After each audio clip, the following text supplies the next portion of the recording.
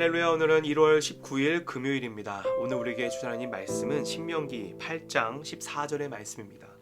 내 마음이 교만하여 내 하나님 여호와를 잊어버릴까 염려하노라.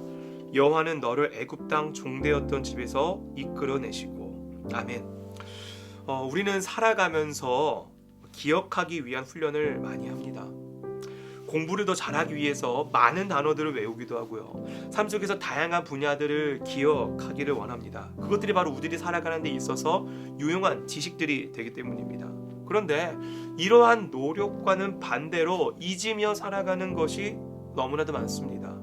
인간은 망각의 동물이라고도 하는데, 만일 우리가 어떠한 일을 망각하지 못하고 모든 일을 다 기억한다면은 바로 과거에 저질렀던 잘못이나 치욕스러운 일들 때문에 우리는 행복과는 조금은 거리가 먼 삶을 살 수 있다는 것이죠. 그렇다고 해서 망각이 빈번하게 일어나도 큰 문제가 되겠죠. 오늘 본문에서는 무엇보다 우리가 삶에서 적어도 이것만큼은 절대 잊지 말아야 하는 것이 무엇인지를 강조해서 설명하고 있습니다. 이스라엘 백성은 무엇보다 하나님 여호와를 잊어버리는 것을 경계해야 했습니다. 하나님을 잊고 산다는 것은 삶에서 증상이 나타나는데, 본문에서는 여호와의 명령과 법도와 규례를 지키지 않는 것이 바로 하나님을 잊고 사는 사람의 모습이라고 말합니다. 여러분, 하나님을 잊고 산다는 것은 그분의 말씀대로 살아가지 않는다는 것입니다. 불순종한다는 것이죠. 이것을 사사기에서는 사람들이 모두 자기의 소견이 옳은 대로 살아갔다고 합니다.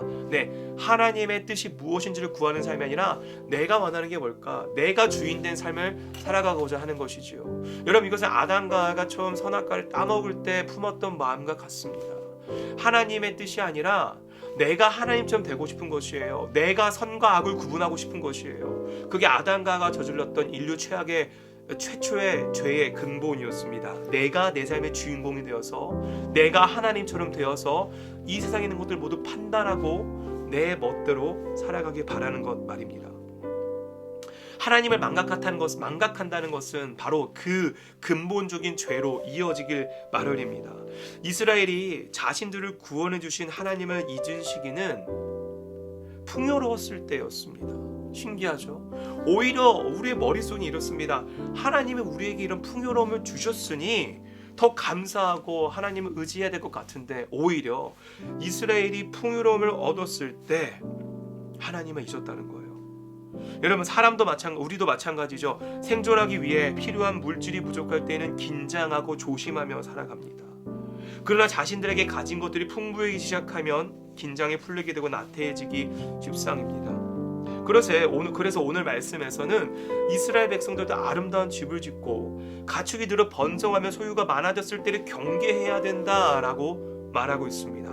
광야에서는 하나님 없이는 단 하루도 살아갈 수 없었다고 고백했던 그 이스라엘 백성이 이제는 젖과 꿀이 흐르는 가나안 땅에 정착을 하면서 하나님을 잊고 살진 않을지 염려하는 말씀으로 하신 것이죠. 여러분, 우리들의 삶을 한번 돌아보는 시간 되면 좋겠습니다. 여러분, 우리가 정말 열심히 기도할 때는 언제셨던가요? 오직 혹시 무언가 부족하고 기도의 제목이 있을 때, 내 안에 어떤 문제가 있을 때 우린 간절하게 하나님을 의지하고 있지는 않습니까? 어떻게 하면 하나님께로부터 이 간절함을 빌미로 무언가를 얻어내고 나의 문제가 해결되고 응답받기를 위한 기도를 하고 있지 않습니까? 여러분, 어떤 형태로든 하나님께 하는 간절한 기도는 나쁘다고 할 수 없습니다. 그러나 우리가 기도를 하고 여러 문제들이 해결되었을 때 하나님을 잊기 시작한다면 그것이 올바른 기도의 목적이 될 수 있을까요? 여러분, 하나님 입장에서 생각해 보시기 바랍니다. 하나님께 최고 기쁨은 내 사랑하는 자녀가 바로 나에게 찾아오는 것입니다. 나를 찾는 것입니다. 기도를 통해 하나님 자신과 교제하는 것입니다. 하나님은 그걸 기뻐하십니다. 그런데 사랑하는 자녀가 너무 간절하게 기도해서 그것을 들어주셨어요.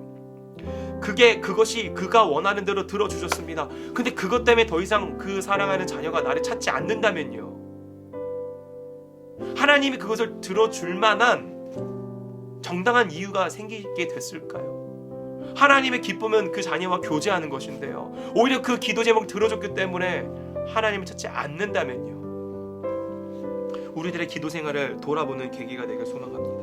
이스라엘은 무엇보다 하나님이 어떤 분이신지, 그리고 하나님이 어떤 일들을 행하셨는지를 기억해야 했습니다.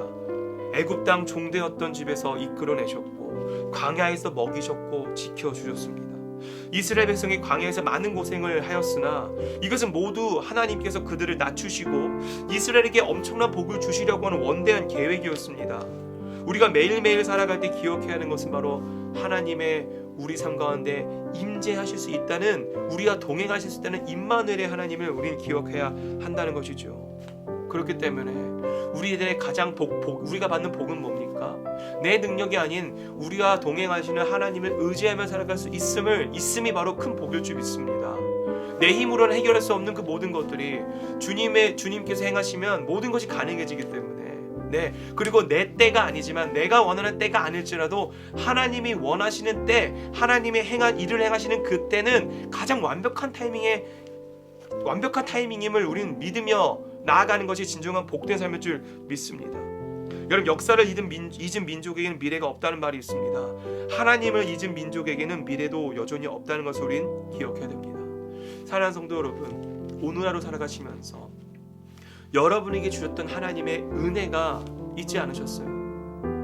네, 여러분, 그때에만 머물러 있지 마시기 바랍니다. 과거에 골리앗을 죽였던 물맷돌로는 오늘날의 골리앗을 죽일 수 없습니다. 네, 물론 과거의 간증도 너무 좋죠. 과거의 은혜도 좋죠. 하지만 여러분, 그 과거의 은혜에 매여 있는 사람의 특징은 뭘까요?